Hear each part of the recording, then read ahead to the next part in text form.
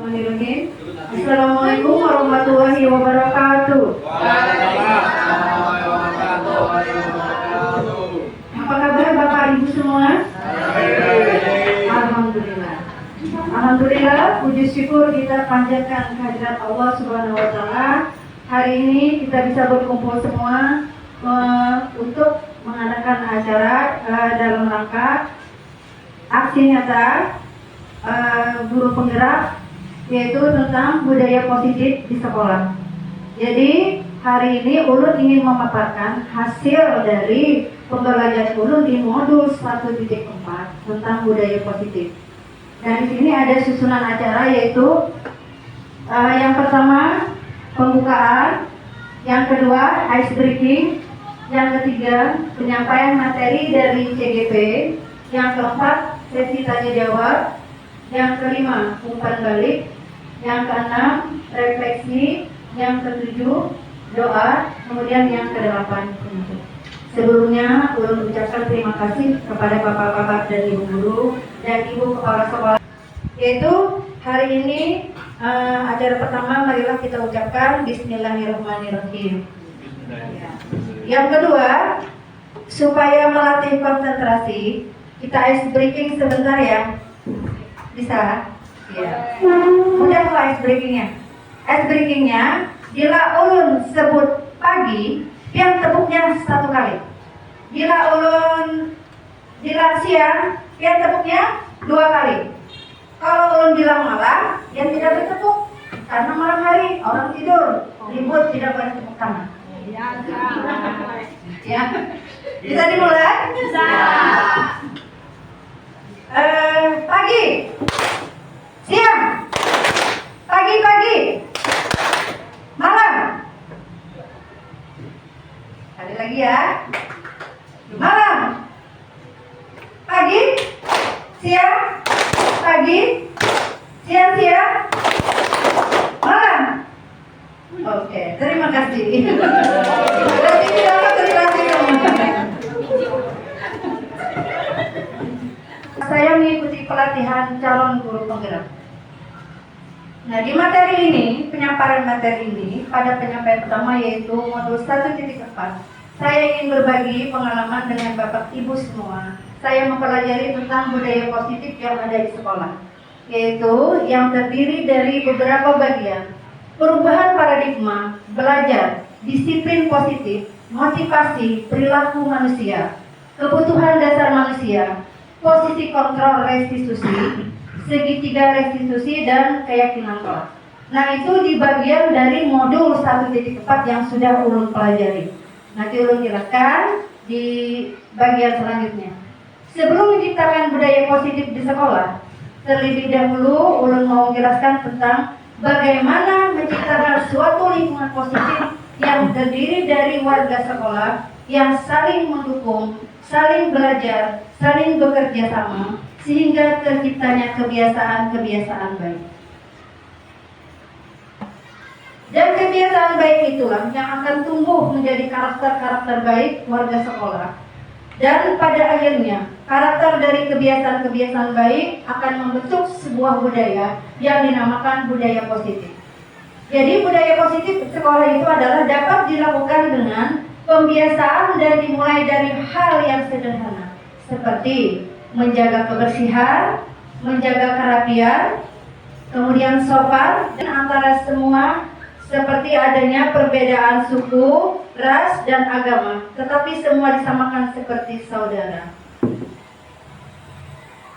Keanekaragaman menumbuhkan sifat untuk terus belajar agar dapat tumbuh dan membentuk keunikan dari masing-masing siswa.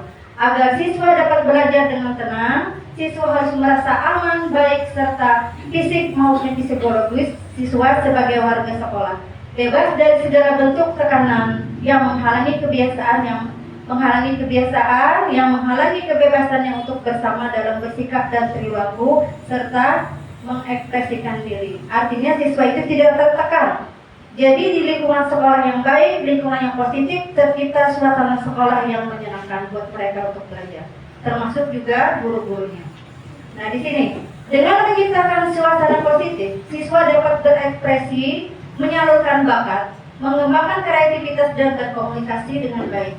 Suasana positif juga membuat siswa merasa aman dari bully pembelajaran yang berpihak pada murid akan terwujud pada suasana yang positif.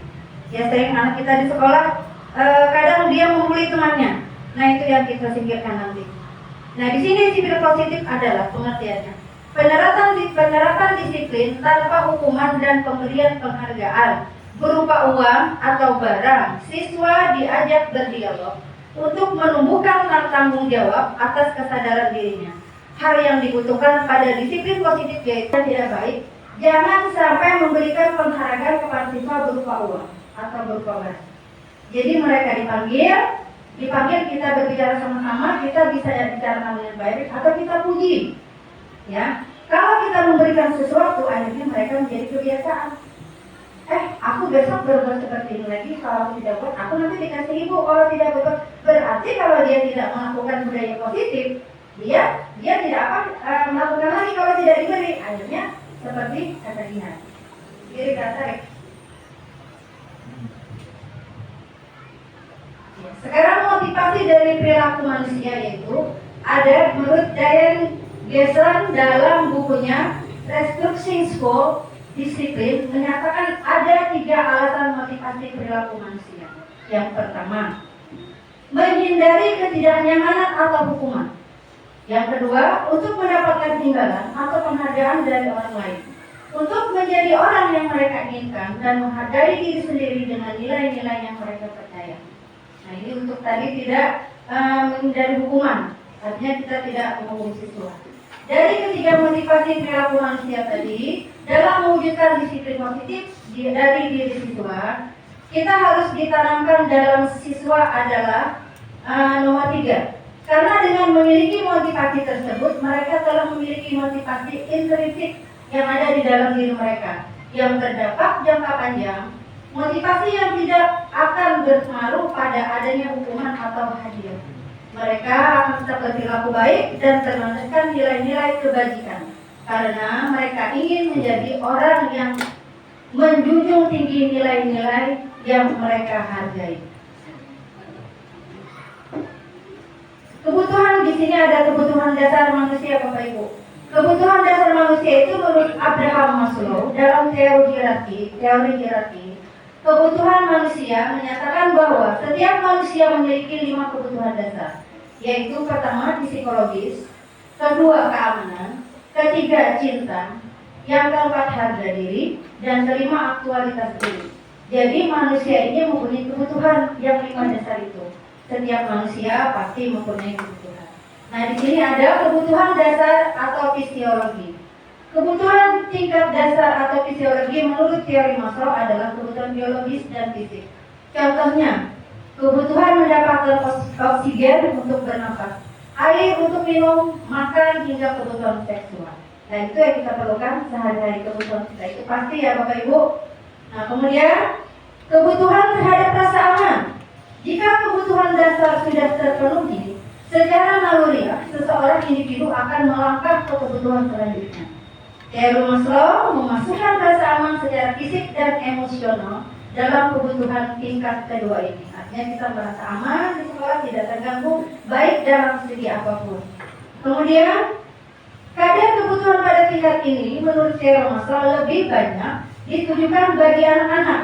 Orang tua merasa tidak perlu memberikan rasa aman bagi anak-anaknya karena tingkat kewaspadaan seorang bocah masih rendah. Ya, anak-anak kita ini kadang-kadang yang masih kelas 1, kelas 2 sampai masih di bawah itu mereka masih perlu aman, masih perlu dilindungi oleh guru-guru kita di sekolah. Sebagai contoh, orang tua secara naluriah akan menjaga anaknya saat mereka bermain di kolam renang. Orang tua merasa anak mereka rentan tenggelam ketika main di kolam renang. Nah, di sini ada kebutuhan sosial. Beranjak ke kebutuhan selanjutnya, yakni kebutuhan sosial atau teori Maslow, memasukkan rasa cinta kasih sayang hingga hak kepemilikan di kebutuhan lapis ketiga ini. Kemudian, contoh dari kebutuhan sosial atau kebutuhan lapis kedua, teori Maslow ini adalah kebutuhan untuk menjalin pertemanan dengan individu lain. Karena untuk berkeluarga hingga kebutuhan untuk bersosialisasi minimal dengan tetangga. Artinya kita hidup tidak sendiri. Kita hidup di bersosial, harus berkomunikasi dengan orang lain, saling membutuhkan dengan orang lain. Terutama kita di sekolah dengan murid, orang tua dan sesama guru. Yang keempat, kebutuhan mendapatkan penghargaan. Artinya apa? Penghargaan kenyang, bahagia, dan penuh cinta. Ternyata masih belum cukup menurut teori Maslow. Masih ada kebutuhan lain yang ingin dicapai oleh seseorang individu. Teori Maslow menyebutkan kebutuhan untuk mendapatkan penghargaan, yaitu kebutuhan lapis keempat teori ini semakin spesifik. Setiap individu berhak mendapatkan atau mempertahankan harga diri mereka. Artinya merasa ingin dihormati, ya. Hak untuk mempertahankan harga diri ini lantas memunculkan hasrat untuk merasakan penghormatan, kebutuhan untuk menjadi orang kepercayaan, atau mungkin kebutuhan untuk mendapatkan gelar atau pangkat tertentu agar bisa dihormati orang lain. Nah, di sini ada kebutuhan untuk mengaktualisasikan diri. Dan dari kebutuhan tertinggi dalam teori hierarki kebutuhan yang dikembangkan, Maslow adalah kebutuhan untuk mengaktualisasikan